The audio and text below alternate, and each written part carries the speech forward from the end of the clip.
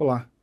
Na semana passada, vimos um diálogo interessante entre Jesus e o fariseu Nicodemos, trazendo a percepção da necessidade de nascer de novo, que para o Espiritismo trata-se da reencarnação. Mas e aí? Como é que funciona essa ideia de nascer de novo? Como é que essa lei funciona? Hoje abordaremos esse tema e a continuidade desse diálogo de Jesus com Nicodemos, mas agora de Jesus com os apóstolos. Fique conosco após a vinheta.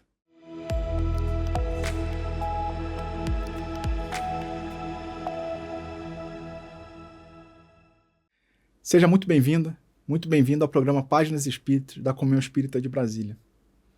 Aqui, no canal da Comunhão, a TV Comunhão, nós temos programas diários e semanais.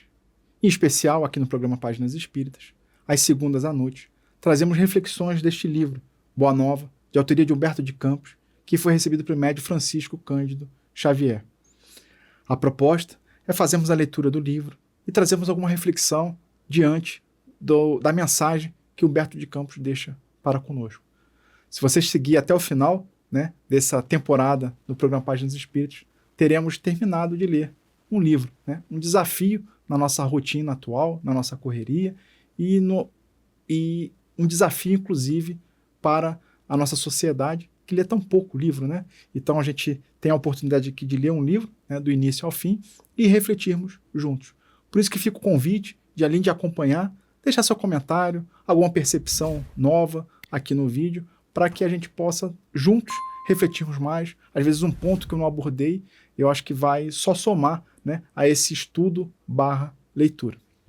Então, na semana passada, nós começamos a ler e refletir sobre o capítulo 14, lição a Nicodemos. Então, Jesus conversa a Nicodemos. Jesus apresenta dizendo que para ver o reino dos céus é necessário nascer de novo. Nicodemos não entende direito.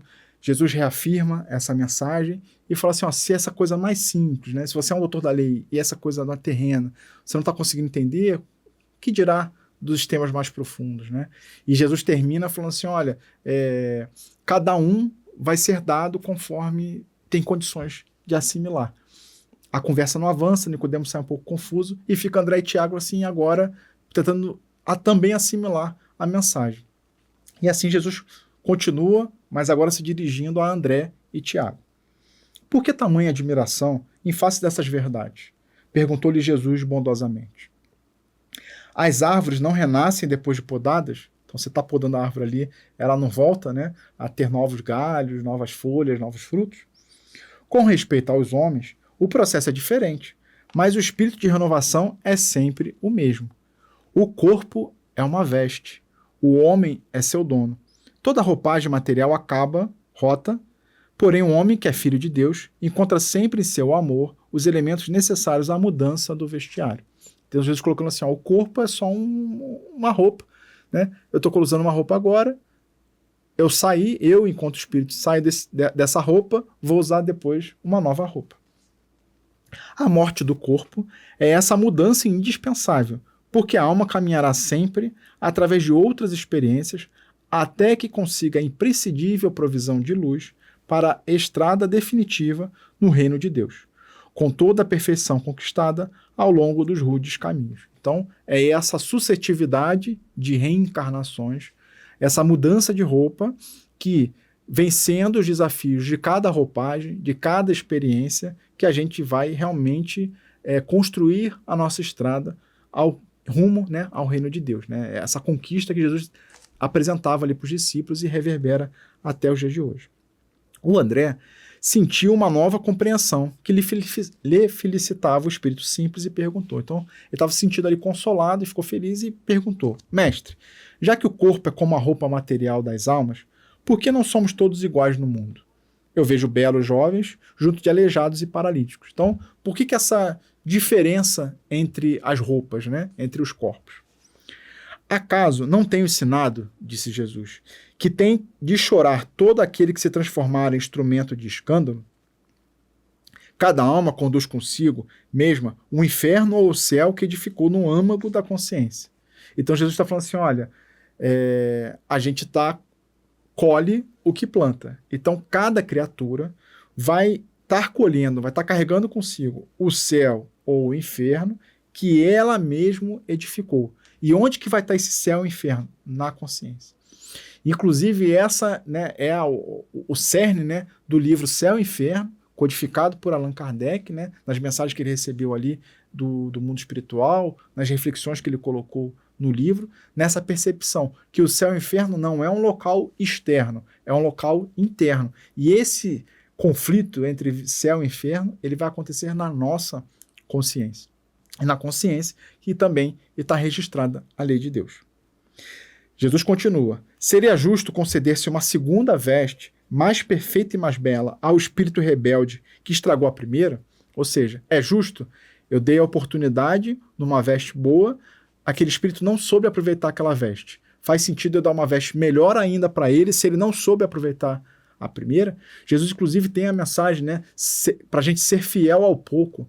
Porque foste fiel ao pouco, te conservarei, colocarei em suas mãos mais coisas, né? Então a gente precisa estar atento a isso. Então aquela pessoa que não soube aproveitar a oportunidade, não soube aproveitar aquela veste, dificilmente ela vai conseguir algo melhor do que aquela primeira, né? E aí Jesus coloca essa reflexão. Que diríamos da sabedoria de nosso Pai se facultasse as possibilidades mais preciosas aos que se utilizaram na véspera para o roubo, o assassino, a destruição? Então, assim, o Espírito escolheu esse caminho de destruição, de assassino, né? Então, o que tem de acontecer, né? Algumas dificuldades vão acontecer com ele. Os que abusaram da túnica da riqueza, né? Então, eu abusei da riqueza. Eu conquistei. Foi recebido o talento da riqueza e eu abusei dela. Vestirão depois a dos fâmulos e escravos mais humildes, como as mãos que feriram podem vir a ser cortadas. Então, Jesus apresenta aqui algo que Kardec vai trazer ali no Evangelho segundo o Espiritismo como causas anteriores das aflições, né? Ele vai falar sobre, né, o capítulo Bem-aventurado dos aflitos, que vão ter causas anteriores e causas atuais.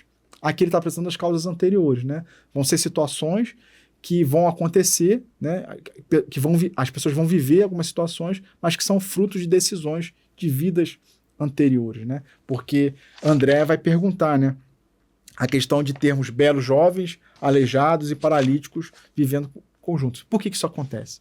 Isso aqui é uma possibilidade. É importante também a gente fazer um parênteses, né, que nada é muito determinado. A gente precisa até ficar com o pé atrás, né, uma pulga atrás da orelha, daquelas frases determinísticas que às vezes a gente vê em diversos locais, né? E às vezes no ambiente espírita fica uma coisa mais mística, porque aí tem a comunicação com os espíritos, aí fala, o espírito falou, né? Eu estou profetizando isso. Então essas coisas muito deterministas, com certeza foi isso que aconteceu. Ah, você tá vendo aquilo ali? Aquela pessoa abusou do passado, aquilo ali errou, entendeu? Ela está espiando o erro passado, ela tem que espiar. Então, esses deterministas tem muito complicado, né? Porque se a gente pegar, por exemplo, o Evangelho, vai ter uma passagem lá de que Jesus cura um cego, e aí os apóstolos perguntam, né? Assim, poxa, mas quem errou, né? Esse cego? Foi ele que errou ou foram os pais, né? E como ele nasceu cego, esse é um outro ponto, inclusive, de demonstrar que a ideia da reencarnação já existia na Bíblia, né? Já existia no contexto da Bíblia, porque como é que alguém pode errar antes de nascer? Então, se ele errou antes de nascer, é porque ele tinha vida antes da vida, né? Então, ele já tinha a experiência da vida. E Jesus vai responder para os discípulos o seguinte, que nem ele, nem os pais erraram, né? Ele só estava ali para que fosse cumprida a vontade do Pai. Então, aquele cego, ele só nasceu cego para que Jesus passasse naquele momento ali, curasse ele, e ele fosse uma fonte, né, para um ensinamento de Jesus. Olha a situação, entendeu? Então, ele era cego, não porque ele tinha se equivocado no passado, mas por livre escolha para que fosse um instrumento da mensagem de Jesus. Então, esse determinismo, a gente precisa ficar muito desconfiado, por assim dizer. A gente costuma brincar que muita resposta no meio espírita depende, pode ser, né? E a gente vai refletir. Tem várias possibilidades e a gente pode debater sobre os assuntos, mas nada muito firme. Mas Jesus está apresentando aqui essa situação, essa diferença de corpos, na maioria dos casos, é quando a pessoa não soube utilizar o do passado. Aí vem Tiago. Senhor, eu compreendo agora o mecanismo do resgate, murmurou Tiago, externando a alegria do seu entendimento. Então eu entendi essa lógica do resgate. Mas eu observo que desse modo que o senhor está apresentando, o mundo precisará sempre do clima do escândalo e do sofrimento, desde que o devedor, para saldar o seu débito, não poderá fazê-lo sem que o outro tome o lugar com a mesma dívida. Então, alguém roubou, aí ele vai precisar ser roubado para poder também ser, né, acontecer ali o retorno do que ele plantou. Se alguém matou, ele vai precisar morrer para poder também resgatar o que ele fez. Então fica uma coisa, um loop infinito, né? Fica um ciclo ali que não tem fim. Então vai ser sempre necessário ter esse escândalo, né, para poder a pessoa que se equivocou, ela resgatar depois. O mestre aprendeu a amplitude da objeção e esclareceu aos discípulos perguntando: dentro da lei de Moisés, como se verifica o processo de redenção? Então, assim, como é que eu me redimo na lei de Moisés? Tiago meditou um instante e respondeu: também na lei está escrito que o homem pagará olho por olho e dente por dente. E aí tem até uma brincadeira do meu espírita, né? Porque se a gente seguir esse olho por olho e dente por dente, todo mundo fica caolho ou até cego, né? E todo mundo banguelo, porque vai estar sempre um querendo, né, punir o outro com olho e com dente. Aí vem Jesus. Também tu, Tiago, estás procedendo como Nicodemos, replicou Jesus com um generoso sorriso. Ó, de novo o sorriso de Jesus, né? E aí ele repreende Tiago e fala assim: olha, você está com a mesma linha de raciocínio de Nicodemos. Como todo, e aí essa percepção de Tiago, como a percepção de Nicodemos, Jesus fala que todos os homens, aliás, têm raciocinado, mas não têm sentido. Então, assim, aí é a síndrome de Nicodemos, né? A gente está raciocinando muito e sentindo pouco. E aí, nesse âmbito de raciocinar muito, a gente começa a fazer conexões que não levam à conclusão do que de fato é o amor de Deus, do que de fato é a misericórdia divina. Vamos ver o que Jesus vai falar. Ainda não ponderaste, talvez, que o primeiro mandamento da lei é uma determinação de amor. Então, a primeira lei dos 10 mandamentos é uma determinação de amor. Essa determinação está acima do não adulterás, está acima do não cobiçarás. Essa primeira lei é amar a Deus sobre todas as coisas, de todo o teu coração e de todo o teu entendimento. Então, a primeira lei é amar a Deus, né? E como poderá alguém amar o Pai aborrecendo-lhe a obra? Então, como é que eu posso amar a Deus se eu comprometo a obra de Deus? Né? Porque ele está perguntando lá no início sobre o escândalo, né? Então, se eu causo o escândalo, eu estou aborrecendo a obra de Deus. Né? Então, tudo que a gente vê aqui é obra divina. Então, se eu causo escândalo, se eu saio do equilíbrio, eu estou desestabilizando a obra divina. Então, será que isso é amar a Deus? É a pergunta de Jesus. Contudo, não estranho a exiguidade da visão espiritual com que examinaste o texto dos profetas. Então, assim, eu não estranho a sua leitura, né, da lei de Moisés. Todas as criaturas hão feito o mesmo, investigando as revelações do céu, com o egoísmo que lhe é próprio, organizaram a justiça como o edifício mais alto do idealismo humano. Então, assim, é algo que tem sido rotineiro, né, na humanidade, de fazer essa interpretação, mas em que contexto? Do egoísmo. Então, assim, eu estou entendendo que essa é a interpretação. Aí vem uma outra pessoa assim, não, eu estou entendendo essa interpretação. E aí, nessas interpretações, que cada um faz ao seu, a gente tem, às vezes, uma explosão de religiões, né, sendo construídas, sendo implementadas, e não dá para dizer que na maioria, mas em algumas situações, por discordância de determinados pontos. Então, assim, eu interpretei desse modo, não, você está interpretando desse jeito, então eu saio e fundo o meu grupo, né? E aí tem umas discussões, que aí religiões não são religiões, algumas são seitas. O ponto não é esse. O ponto é que Jesus está alertando que naquela época, e nem tinha tanta religião assim naquela época, né? Hoje a gente tem muito mais. Naquela época as pessoas já se organizavam, né, nessa interpretação das leis com o egoísmo, com o que ela de fato pensava. Jesus continua, que aí eles construíram, né, um edifício em torno, né, desse egoísmo, da justiça que acha que é o correto. Entretanto, eu coloco o amor acima da justiça do mundo. e tenho ensinado que só ele cobre a multidão dos pecados. E essa expressão de cobrir a multidão dos pecados vai estar lá na primeira epístola de Pedro, falando que só o amor cobre a multidão de pecados. E pecados vão voltar no parágrafo anterior, né? Que aí tem 2 semanas atrás, a gente refletiu sobre o capítulo 13, pecado é errar o alvo, né? Então, o amor cobre a multidão de equívocos.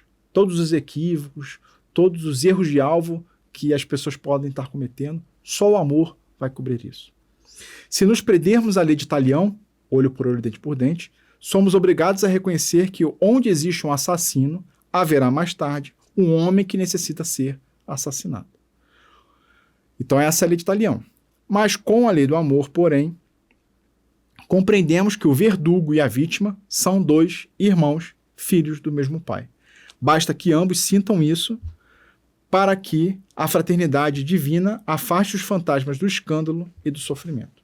Então, ao invés da gente procurar a lei de Talião, e aí, de fato, né, a gente fica num ciclo ali vicioso, um ciclo fechado, onde o mal vai estar sempre imperando, Jesus apresenta a lei do amor, onde o verdugo, né, e a vítima, ou seja, aquele que feriu o golpe e aquele pessoa que sofreu o golpe, na essência, são irmãos, filhos do mesmo pai. Então, quando a gente colocar isso, né, na mesa, a fraternidade ela vai imperar. Então, a lei, né, ela não vai acontecer na mesma magnitude, na mesma força do equívoco que aconteceu. Então, não é necessário que o assassino seja assassinado. Vai existir ali a lei do amor.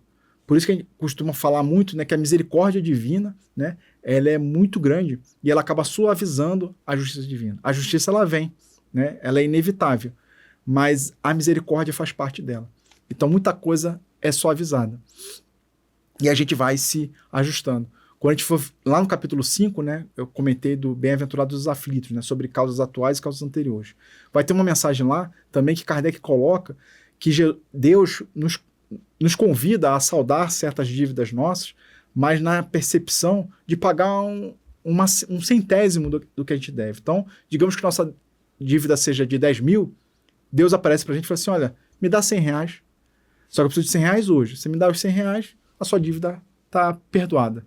Então, assim, olha que legal, né? Eu estou sendo perdoado da dívida, vou pagar uma mixaria, né? E aí essa é a lógica, né, da justiça divina com a misericórdia, né? A gente é convidado e tudo isso na lei de amor. Então, não é a lei de Talião que rege o amor divino, né? É a lei de amor. E tudo isso vai acabar afastando os fantasmas do escândalo e do sofrimento. Não é necessário que tenha novos escândalos. Ante as elucidações do mestre, os 2 discípulos estavam maravilhados. Aquela lição profunda esclareceu-os para sempre. Então, aquela mensagem, né, do nascer de novo, né, das repetições, essas diferenças que nós temos, né, são consequências de decisões nossas, né, em geral. Tem uma mensagem do Lázaro, no Evangelho segundo o Espiritismo também, mas não vou recordar qual é o capítulo, onde ele fala que Jesus veio com a primeira palavra do alfabeto divino, que é o amor, e o Espiritismo veio com a segunda palavra, que é a reencarnação. Porque com a reencarnação, a gente começa a entender muitas diferenças. Porque se a gente for pensar só nesta vida, como é que seria a justiça divina, o amor de Deus, nosso Pai, diante de tanta discrepância, materialmente falando? Porque uns têm tanto e outros têm tão pouco. Porque uns tomam decisões equivocadas, fazem coisas erradas, erram o alvo deliberadamente. Assim, as pessoas erram o alvo e porque querem errar o alvo. E mesmo assim, materialmente, elas estão bem. Outras que se esforçam para acertar o alvo, se esforçam para ser um bom ser humano e não conseguem lograr êxito material. Por que isso? Porque crianças nascem com doenças inexplicáveis.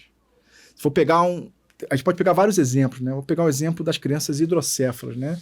Onde a cabeça começa a crescer muito e aquela criança dificilmente vai ter uma vida fora da cama. É uma vida que precisa de cuidados integralmente. Por que isso acontece? Então, se a gente for pensar só nesta vida, alguma coisa não se encaixa muito bem, né? E se a gente for colocar nessa equação a reencarnação, algumas coisas começam a se ajustar. A gente começa a perceber que aquele espírito está vivendo aquela experiência, mas aquela experiência não é a única dela. Ele vai ter outras experiências, como teve anteriores. Às vezes aquela situação é para reajustar a rota, ele errou o alvo e agora precisa reajustar a rota, ou às vezes é uma decisão dele como espírito para ter aquela experiência. Mas aquilo ali, ela é momentânea. Então, a reencarnação acaba sendo, de fato, né, uma prova do amor divino, dando novas oportunidades para a gente ajustar a rota. Se a gente errou o alvo, a gente agora acertar o alvo. E aí, nessa conexão de informações, né, Tiago e André ficaram assim, caramba, que legal, né? Então, Tiago aproximou-se de Jesus e sugeriu que proclamasse aquelas verdades novas na pregação do dia seguinte. Ó, no dia seguinte, né, vai lá na praça pública, né, e compartilha isso com todo mundo, né? Todo mundo precisa saber isso, né? E isso é muito importante. O mestre dirigiu-lhe um olhar de admiração e interrogou: será que não compreendeste? Pois, se um doutor da lei saiu daqui sem que eu lhe pudesse explicar toda a verdade, como queres que proceda de modo contrário para com a compreensão simplista do espírito popular? Então, assim, se o doutor da lei não conseguiu entender o que eu quis dizer, imagine a população como um todo. É a primeira pergunta de Jesus. Alguém constrói uma casa iniciando pelo teto o trabalho? Então, assim, eu vou construir uma casa. Eu começo pelo teto ou eu começo pela base? Né? Então, assim, Tiago está propondo de já falar tudo, né? E calma. Se eu sair falando tudo, eu vou estar construindo o teto da nossa casa. Não é pelo teto que a gente começa, é pela base. Além disso, eu mandarei mais tarde o Consolador a fim de esclarecer e dilatar os meus ensinos. Então, Jesus volta a reafirmar aqui, em outra passagem do Evangelho também tem, que ele mandaria o Consolador para esclarecer e dilatar os conhecimentos. E esse Consolador prometido, né, é o que a gente conhece como a doutrina dos Espíritos. Então, o Espiritismo vem, né, para reafirmar tudo que Jesus nos ensinou e vai dilatar os conhecimentos. Está vendo esse ponto aqui de Jesus? Ó, é nessa perspectiva. E aí ele vai se expandindo. Né? E ainda tem muita coisa ainda para a gente assimilar. Eminentemente impressionados, André e Tiago calaram as derradeiras interrogações. Aquela palestra particular, entre o Senhor e os discípulos, permaneceria guardada na sombra leve da noite em Jerusalém, mas a lição a Nicodemos estava dada. A lei da reencarnação estava proclamada para sempre no Evangelho do Reino. Então Jesus finaliza aquele colóquio ali, né, com André e Tiago, dizendo assim, ó, calma, não é o momento dessa mensagem se expandir. Vai ter um momento correto para que isso aconteça. E a gente percebe, né, que, um exemplo, essa ideia da reencarnação, ela não é aceita por todo mundo, né? Algumas pessoas têm a visão ali de que isso não é possível. Inclusive, se a gente for voltar na conversa com Nicodemos, né, Jesus e Nicodemos, algumas pessoas fazem a interpretação de que esse nascer de novo seria não nascer da reencarnação, mas seria o nascer de uma reforma íntima, né? É o nascimento de Jesus, né? Então, alguns, por exemplo, fazem um batismo, né? Aquele batismo, eu sou uma nova pessoa, eu sou um novo homem, eu sou uma nova mulher. E naquilo ali agora eu estou vivendo fiel a Jesus, fiel ao Cristo. Então, eu nasci de novo. O que, em essência, não está errado, né? Então, essa percepção, realmente, ela é verdadeira. Só que ela acaba sendo mais uma consequência, né, de atos que envolvem a reencarnação. Então, eu venho numa vida, eu me equivoco, ou eu fico meio morno, né, nem lá, meio cá, aí eu tenho uma nova experiência, e aí eu começo a perceber o que é o correto, o que é o certo, eu tenho uma nova experiência, e eu vou ajustando a rota, e aí eu vou me renovando. Então, esse nascer de novo é algo contínuo, é algo que a gente pode, inclusive, usar no nosso dia a dia, né, nessa percepção que outras pessoas fazem, dessa interpretação da conversa de Jesus com Nicodemos, desse renascer de novo. Né? Então, tem até uma frase que é atribuída para Chico Xavier, de que ninguém pode voltar atrás e fazer um novo começo. O que foi feito, foi feito. Ah, mas ano passado aconteceu isso. Já foi. Poxa, no começo do ano eu disse que eu ia fazer o regime e não fiz. Já foi. Eu ia começar a fazer atividade física. Já foi. O que eu prometi, o que eu planejei, o que eu gostaria de ter feito e não fiz, já foi. A gente não consegue voltar atrás. Mas aí, voltando na frase lá, né, que é atribuída para Chico Xavier, Mas qualquer um pode começar agora para fazer um novo fim. Qualquer um pode mudar a sua rota hoje. Qualquer um pode nascer de novo hoje. Então, que a gente possa, fechando essa reflexão do capítulo 14, da gente colocar essa mensagem interna de que a gente pode recomeçar. É sempre tempo de recomeçar. É sempre tempo de reajustar a rota. Que nem o Waze, a gente liga, ele diz um caminho, se a gente errar o caminho, aparece lá, recalculando a rota. Que a gente recalcule nossa rota no dia de hoje. Que a gente faça novos planejamentos, com esperança, com firmeza, na certeza de que Jesus está conosco. Jesus quer o nosso bem. Ele disse que nenhuma ovelha seria perdida. Ele está nos acompanhando. E acho que essa é a principal mensagem do capítulo 14, né? Convidar a gente a nascer de novo. E a gente começar a perceber mais. Não ficar tão na mente, né? Não tão quanto Nicodemos, né? Na síndrome de Nicodemos. Que a gente possa, toda essa palavra, tudo que foi dito aqui, a gente internalize e a gente sinta, né, essas palavras de Jesus e comece a colocar em prática. Se você gostou dessa segunda parte desse episódio, fica o convite para dar o joinha, né? Se não for inscrito, se inscrever e ativar notificações.